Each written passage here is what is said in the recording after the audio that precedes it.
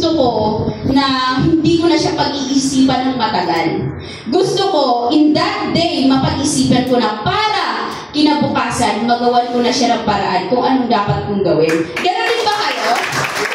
Kaya, yun, kung share sa akin ito, sobrang, meron din akong doubt, meron din akong pangamba.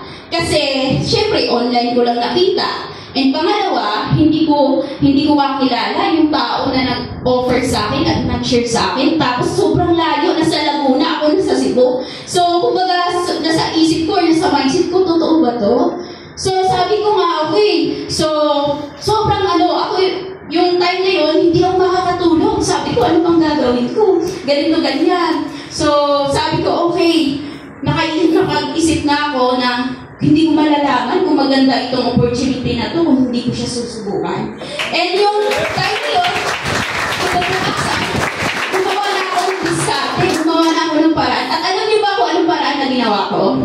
Una, ito guys ha, ito po, hindi po ang pera ang pinakapuhunan po dito. Bakit? Kasi kahit marami ka pong pera right now, kahit mayaman yung pamilya mo right now, at kaya mag-provide yung family mo right now, pero yung sarili mo hindi kayang mag-decide sa sarili mong ikaw, at nagdedepende ka lang sa decision ng pamilya mo, hindi mo to gagawin. Kasi dito, naniniwala po kasi ako dito, ang pinakapuhunan po dito is lakas ng loob, diskarte, at paraan. Naniniwala ba kayo doon? Yes! And dahil po sa decision na ginawa ko at lakas loob po, nag-decide po ako agad na mag-full time. Ayun, ang napakalupit pa pong kwento na to is yung family ko. Di ba nakikita niyo po dyan sa right side, wala yung papa ko. Bakit? Kasi ayaw talaga ng papa ko na pumunta ako ng Maynila. Kasi sino ba naman napapayag? Kung ikaw meron ka pong anak, minor de edad, 17 years old, papayag ka ba na lalayo yung isang anak mong babae? Hindi, di ba? Kasi protektado laging ako nga yung nasa bahay lang lagi, parang naiinip ako. So, siyempre ako po is gusto ko ma-explore, gusto ko ma-experience. And unang gusto ko ma-experience is makasakay ko ng aeroplano. Di ba? At the same time, sabi ko, excited ako, ganito, ganyan. And that time, so sabi ko sa family ko, kasi hindi naman talaga sila totally na supportive talaga sa ganito. Nanghingi ako sa kanila ng permission din. Sabi ko, bigyan nyo lang po ako kahit 2 years. Bigyan nyo lang po ako kahit 2 years na gawin ko ito. Kung mag-click, okay. Kung hindi, it's okay. At least trinay ko siya. So sabi ng mama ko, okay, itry mo. And sabi ng family ko, sabi ng family ko, so sige, itry mo. Pag hindi, is bumalik ka na dito. Pero wala po talaga sa utak ko na babalik ko. Why? Kasi kinuwit ko na po kasi yung sarili ko na dito ko gagawin at i-achieve yung pangarap ko. Ayun, next. Ayun, so, sabi nga dito, it's better to make a move feel than to scared to try. So, okay lang na wag ka matakot mag-try, wag ka matakot sumubok. It's okay kung mag-click, it's okay kung mag-success ka kasi at least trinay mo, at least sinubukan mo. Di ba? Next.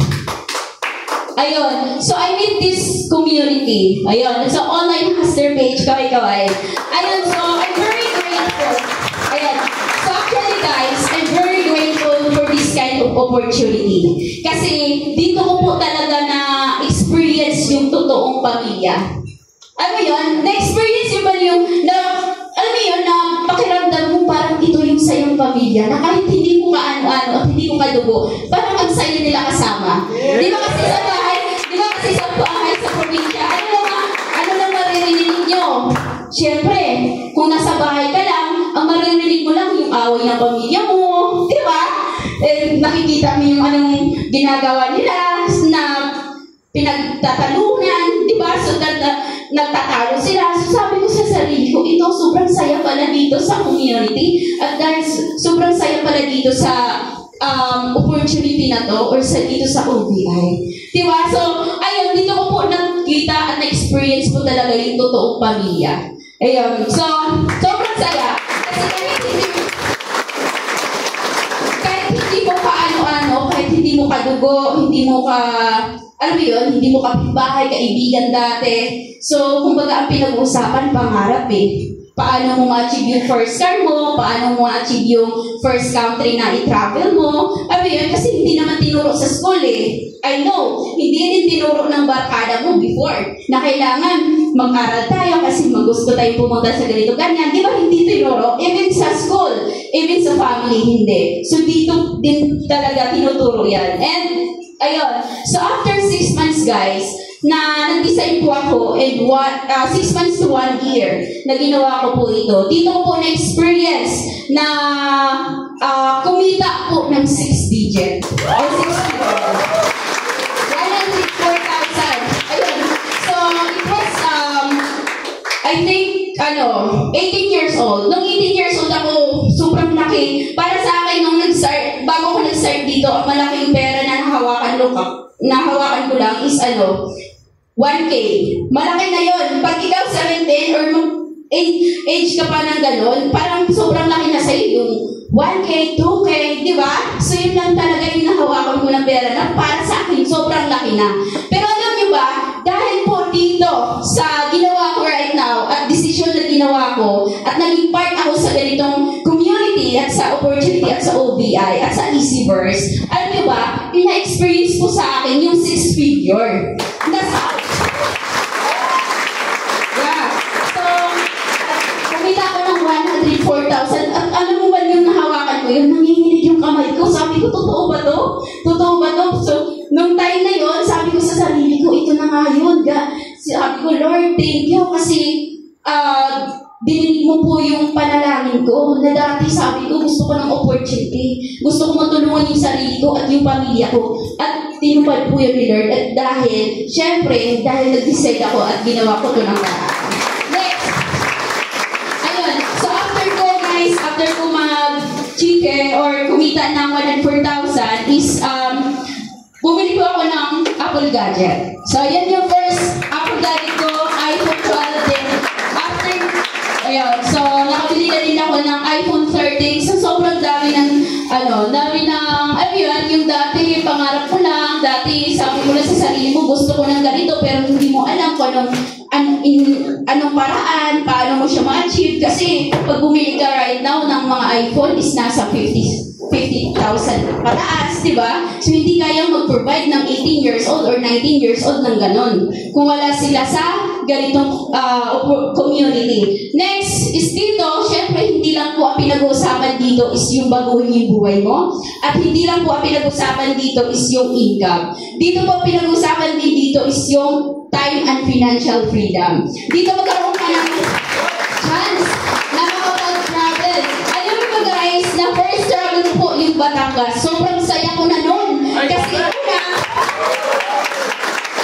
Kasi una, syempre, probinsyana ako tapos taga-Cebu lang ako, tapos yung role ko lang doon, bahay, school, dito na experience ko makapag-travel. And next naman, nakapag-Baguio po ako. And ang napakalupit po dito, 2 times ko na po ma-experience na makapag-travel ng Baguio. Next po is naka-staycation na din po kami sa Okada. Yan, familiar po ba kayo sa Okada? Isa yan po yan sa pinakamagandang hotel at the same time po sa isang 5-star hotel dito sa Pilipinas. Para aware din po kayo. Sobrang ganda po dyan. And syempre, yung Tagaytay. Yung Tagaytay, sobrang lapit lang Parang lang kusina lang. Kung magkakape ka, gusto mo, anytime pwede mo mapuntahan. So, syempre, nakapag-yacht party na din po. And 2 times ko na din po na-experience. And syempre, La Union. 2 times na din po ako nakapag-travel sa La Union and Boracay. Ayun. So, syempre, last year, 2023, ang pagkakaalala ko po, 2023, nag-Boracay po kami. Ayun. So, tapos nung last week, nag-Boracay po kami and hindi naman halata sa mukha ko, di ba? So, ayun. So, ayun, nakapag-Boracay po kami and alam mo yun, so dati nakikita ko lang sa news. sa TV, and also sa social media. Di ba sa TikTok, sobrang dami mo nakikita, nagta-travel, nakikita ko lang yon. Pero hindi ko ma-imagine yung sarili ko. Napunta ako dito dahil dito sa ganitong industry. So, sobrang thankful. Next. And syempre, yun, kasama ko po yun sila, yung sa OHV, yung pagbuburakay, and nung last week din. And yun, sabi ko sa inyo, nakipag-station ako sa Okada. And ito yung first country po na na-achieve ko. Last 2024. Last year, October. Yan, October, nakapag-Taiwan po ako. Kasama ko po yung sila Sir Bart, Ma'am Daisy, and yung mga kasama ko po dito. And isa yun sa sinulat ko lang din before na ito gusto kong mapuntahan, and ito gusto ko dito mag-tour, at the same time, kumbaga pupunta ako ng ibang bansa, hindi dahil magtrabaho, kundi dahil mag-enjoy and mag-travel. Di ba? Sobrang sarap sa pakiramdam ko. So, yan. Next, ayun, nakapag-type P101, and syempre, ayun, so, syempre, aside from that po, dito po, sabi ko nga, kumita po ako ng 6-figure po dito. Una, kumita po ng 101,000. Next, kumita po ako ng 200,000. And next naman is 150,000. So, okay naman sa iyo, Ron. Ikaw, estudyante, right now.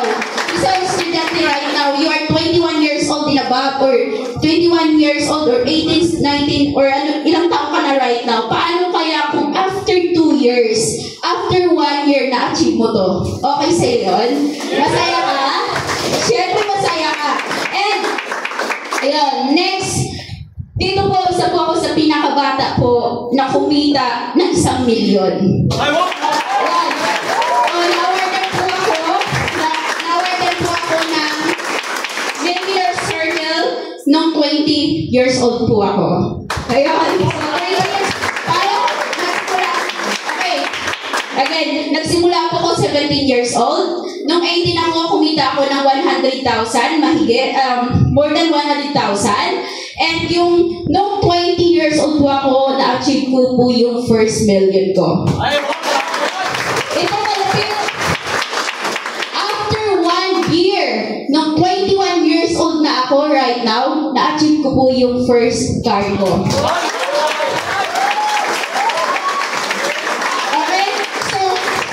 Estudyante, walang pera, umaasa lang sa pamilya, sa parents, humihingi lang ng financial sa pamilya o sa parents para mabili yung mga bagay kung anong gusto, at the same time yung mga needs. But right now po, dahil po sa industry na meron tayo right now, at the age of 18, kumita ako ng 6-figure, nakabili ako ng mga gadgets. At the same time, na-experience ko makapag-travel international and kumita ng million. And right now, meron ng sariling sasakyan. Ano po ba yung hinahanap ng opportunity? Diba? Ano po ba yung hinahanap ko na hindi makatumbing sa'yo? And ito na yung tama at ito na yung good opportunity para sa'yo. Kasi naniniwala ako nandito ka dahil may dahilan. Hindi dahil nandito ka dahil may humugot lang sa'yo sa baba. Dahil nandito ka, sabi ni Lord, deserve ito ng opportunity na ito. Bakit? Alam, nakikita niyo po yan, from ordinary to extraordinary. Nakita niyo po yung picture ko po dito. Ayan, ako po yan before. Hindi po halata. Ayan, so, sobrang laki ng binago po talaga. And next. Okay.